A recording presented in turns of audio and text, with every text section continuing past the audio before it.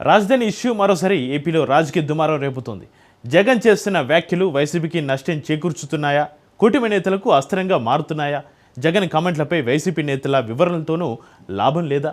మంత్రులు ఆ అంశాన్ని విస్తృతంగా జనంలోకి తీసుకెళ్తున్నారా? ప్రభుత్వానికి మైలేజ్గా వచ్చే పరిస్థితులు నెలకొన్నాయా? వైసీపీ అధికారంలోకి వస్తే అమరావతికి గడ్డు పరిస్థితేనా?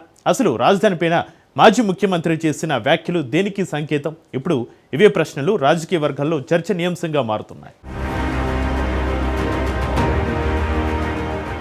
అమరావతిని ఉద్దేశించి వైఎస్ జగన్ చేసిన వ్యాఖ్యలు రాష్ట్ర వ్యాప్తంగా తీవ్ర రాజకీయ దుమారాన్ని రేపాయి. రాజధాని సోకాల్డ్ నగరంగా అభివర్ణిస్తూ నదీ తీర ప్రాంతంలో నగర నిర్మాణం సాధ్యం కాదన్న వ్యాఖ్యలు ప్రజల్లో, ముఖ్యంగా రాజధాని రైతుల్లో ఆగ్రహాన్ని కలిగించాయి. అమరావతి కేవలం భౌగోళిక అంశం కాదని, ప్రజలు త్యాగాలు, ఆకాంక్షలతో ముడిపడిన అంశమనే భావనను జగన్ వ్యాఖ్యలు విస్మరించాయన్న విమర్శలు వెల్లువెత్తాయి. ఈ వ్యతిరేకత నేపథ్యంలో వైసీపీ నష్ట నివారణ చర్యలకు దిగింది. సజ్జల రామకృష్ణారెడ్డి, పేర్ని నాని వంటి నేతలు రంగంలోకి దిగి జగన్ అమరావతిని ఎప్పుడు వ్యతిరేకించలేదని వివరణలు ఇచ్చే ప్రయత్నం చేశారు. జగన్ అమరావతిలో ఇల్లు, పార్టీ కార్యాలయం నిర్మించుకున్నారని, పాలనా వికేంద్రీకరణ పేరుతో రాజధానిని తక్కువ చేయలేదని వారు స్పష్టం చేశారు. అయితే ఈ వివరణలు ప్రజలు అసంతృప్తిని పూర్తిగా చల్లార్చలేకపోతున్నాయి.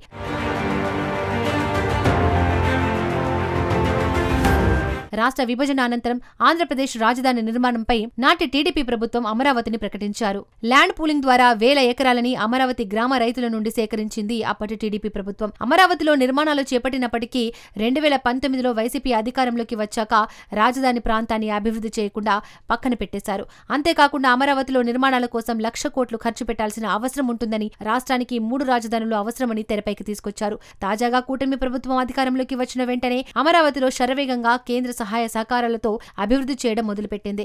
వైసీపీ అధినేత జగన్ మాత్రం నదీ గర్భం అంటూ అమరావతిపై అభిప్రాయాన్ని మరొకసారి వెల్లడించారు. జగన్ వ్యాఖ్యలు కూటమి నేతలకు అస్త్రంగా మారుతున్నాయని పొలిటికల్ సర్కిట్స్ లో చర్చ మొదలైందట. అమరావతిని జగన్ వ్యతిరేకిస్తున్నట్టు ప్రజల్లోకి కూటమి నాయకులు తీసుకెళ్తే ప్రభుత్వానికి మంచి మైలేజ్ వచ్చే అవకాశాలు ఉన్నాయని రాజకీయ వర్గాల్లో చర్చకి దారితీస్తున్నాయి. అంతే ఒక్కసారిగా రాష్ట్రంలో అమరావతిపై జగన్ చేసిన వ్యాఖ్యలపై మంత్రులు మండిపడుతున్నారు. జగన్ నెగటివ్ మైండ్ తో ఉంటున్నారని ఎదురుదాడికి మంత్రులు సిద్ధమయ్యారు. జగన్ కి మొదటి నుండి అమరావతిని అభివృద్ధి చేయడం ఇష్టం లేదని, అందుకే ప్రజలు వైసీపీ అధికారంలోకి ఇవ్వలేదని మంత్రులు విమర్శలు మొదలుపెట్టారు.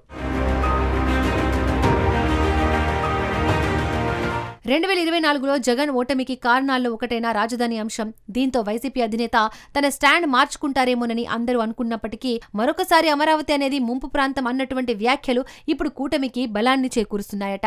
అసలు జగన్ కి అమరావతిని అభివృద్ధి చేసే ఆలోచన లేదని, మళ్లీ అధికారంలోకి వస్తే 3 రాజధానుల పేరుతో రాష్ట్రాన్ని 3 ముక్కలు చేస్తారన్న ఆ విషయాలు రాష్ట్ర రాజకీయాల్లో చర్చనీయాంశంగా మారుతున్నాయట. ఇప్పుడిప్పుడే జగన్ కి రాష్ట్రంలో పాజిటివ్ వేవ్ మొదలైన సమయంలో అమరావతి అంశం మరొకసారి ఇరకాటంలోకి నెట్టిందని పొలిటికల్ సర్కిల్స్ చర్చ మొదలైంది. దీంతో జగన్ మళ్లీ అధికారంలోకి వస్తే 3 రాజధానులంటూ రాష్ట్ర ప్రజలకి ముప్పు తిప్పలు స్టార్ట్ అవుతాయని రాజకీయ విశ్లేషకులు భావిస్తున్నారట.